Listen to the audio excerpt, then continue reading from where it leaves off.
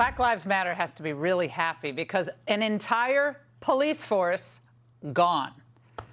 It almost sounds like a movie. Every single full-time officer, including the police chief of Kenly, North Carolina, has resigned in protest of a new town manager.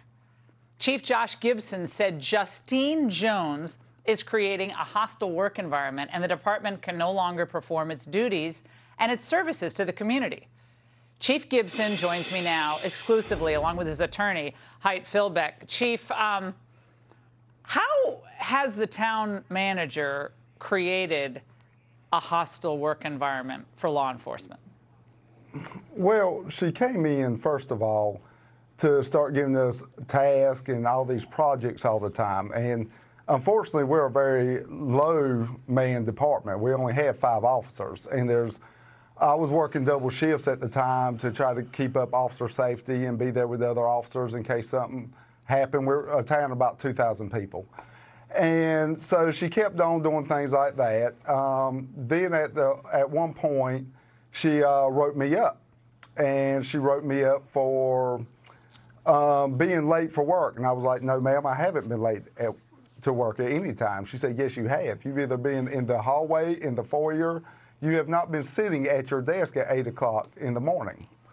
I was like, yes, ma'am. Then she wrote me up for going to businesses and talking with businesses. She wrote me up for talking with council members that I've known for 20 years. So she was targeting you, Josh. Josh, so you think, yes, I'm actually looking at the, her reprimands of you, her written warnings, and I'm thinking to myself, she didn't like you. She was targeting you. These are pretextual, and Phil, you can chime in, but this all seems like, sorry, but total BS. I mean, this just is ridiculous. Yes, Haidt, sorry. Yeah, Haidt, yeah, I mean, this is just classic targeting. It's classic example of a municipal head that seeks to, and likely has no experience at all in law enforcement or training, seeks to micromanage a police agency over Chief Gibson here, who has 21 years experience, as well as 17 years of those as a police chief. She wants to implement all these rules and essentially control everything he does, from sitting at his desk to who he speaks with.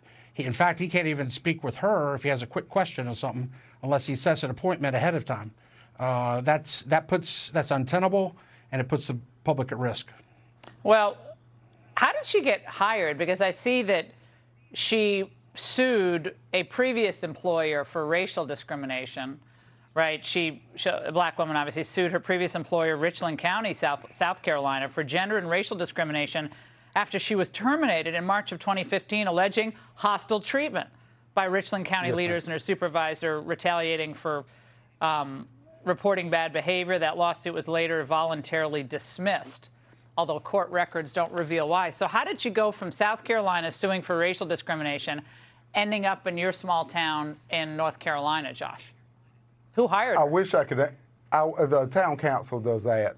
They use a company called Triangle J that supposedly vets these people, and they give like a nomination for them to select these candidates. And so it was all with the town council. We were not included in any selection process or vetting of anything.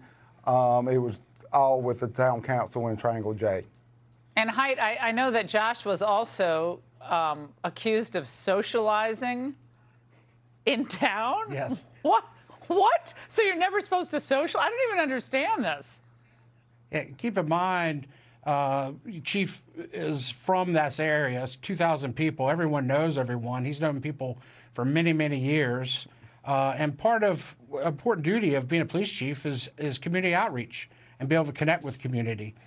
His socializing, quote unquote, is reaching out to the community and keeping the relations in good stead and hearing from them and getting feedback from them so he can be the best police chief that he has been.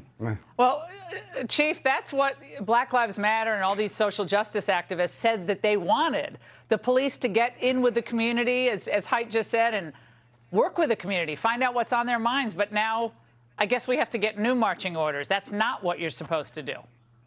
Yeah, and that's how This I woman's felt a about it nightmare. also. She's a nightmare. I'm sorry. They got to get rid of her. And they got to get rid of her and bring you all back. I know the town wants you all back because we have our sources. But Haidt, thank you for representing him.